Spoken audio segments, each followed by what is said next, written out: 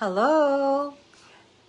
Good evening to everybody. Have a happy and blessed Wednesday to everyone.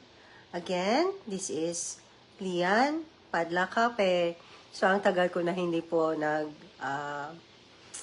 live dahil marami pong mga pina-prioritize. Hindi ko na siya i-mention kasi baka magalit si boss. And then, I hope everybody is doing great. And salamat po sa mga followers. Thank you to all the followers and to all the viewers and my supporters. I really appreciate all your effort and support. Salamat po. Pasensya na po, minsan hindi po ako agad nakaka-reply kasi nga napaka-busy ko po at mas meron pa akong importanteng binibigyan ng atensyon at the moment. So sana maintindihan niyo po ako. Huwag po kayong magtampo. Okay? So, para mayroon tayong pag-uusapan. Again, this is in compliance with the 60-minute views na nahirapan nga akong i-accomplish. So, sana ma-accomplish ko. Again, I will pick randomly sa isa sa magic cards ko para lang may pag-usapan tayo. Okay? Kain po tayo ng mga pagkain. Yan. Hindi ko na lang kasi may brand name. Bawal. And I would like to say happy birthday to my auntie-in-law na si Auntie Patsy. Happy birthday, Auntie. Okay. So, I'm picking one randomly, so hindi po ito so scripted. At hindi po ako ready sa tanong at sa sagot. So, babasahin ko. So, define intelligence. Ito po yung tanong sa card. Intelligence has many aspects. We have what we call mental aspect of intelligence, kung ano yung level of intelligence mo, if you're low, average, or high, or above average, or superior. Meron din tayong emotional intelligence. Kasi yung iba, in their academics, ay matalino sila, pero how to deal with their emotions, they're not that intelligent. Meron din tinatawag na multiple intelligence. So, maraming klase-klaseng intelligence. Hindi mo masasabi na isa lang yung basihan mo kung ano yung ibig sabihin ng intelligence. Okay? So, if you have any questions, please ask. I'm open. Hindi po ako magtatagal. Sandali lang po ito. Okay? So, the second question that I have picked, so it is a randomly pick. I'm not ready to the question. What is the question all about and the answer. So, I will read the question. How do you react to people who dislike you? There's a saying that we cannot please everybody.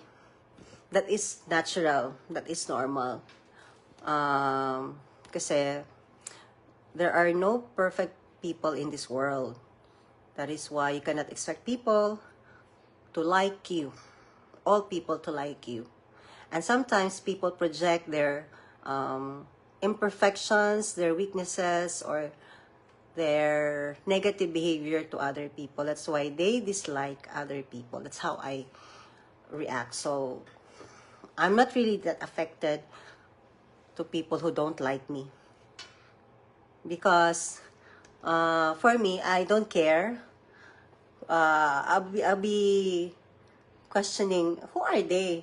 They're not the one who are, who feed me and they call this, I don't need their validation. That's why I am not affected if people don't like me or dislike me. So, hi to Mary Joy Manuzon. Hello, Sisi Ganda. Thank you for passing by or watching. And hi to who is Bangladesh, written in foreign language. Hello. From Africa? Yes. Hello. Yes. No. It's here. Okay, so I will pick a last card so that we can end our interaction. So, the last card is, how do you define happiness? Define happiness. Again, this is randomly picked. Hindi po to scripted. Hindi pa ko ready sa sagot. Happiness is a choice. That is my introductory answer. Because you cannot find happiness outside from yourself. It must start within yourself. That's why we must practice, or we must find inner peace, inner happiness, whatever struggles we had. When we were a child, let's settle, or whatever issues or difficulties we have encountered during childhood,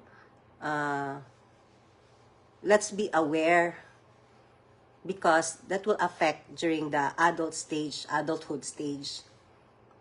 So, that is why some people define happiness based on external factors. For example, wealth. They think that if they can buy things that they love, they are happy. Yes, they're happy, but temporarily, not permanently.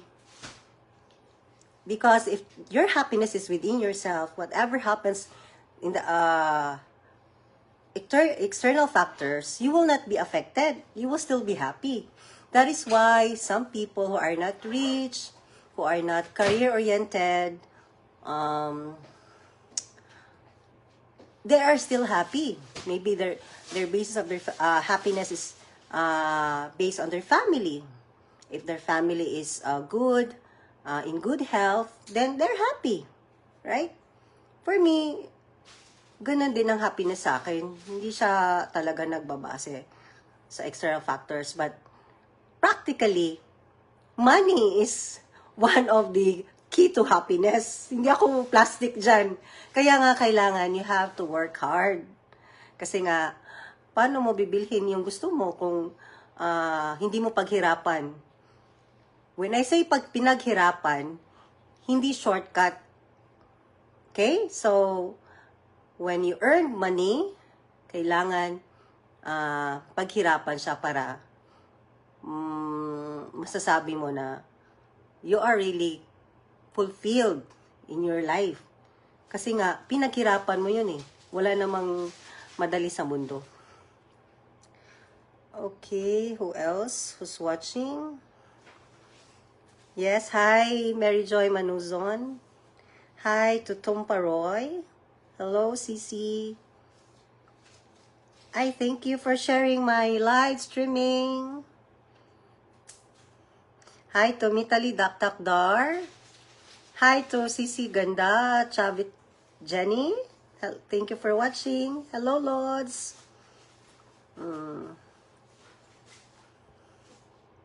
Hi to Maria Maga, was also my Cici Ganda. So again, that's all for now. Thank you for supporting me and sharing my live. Then,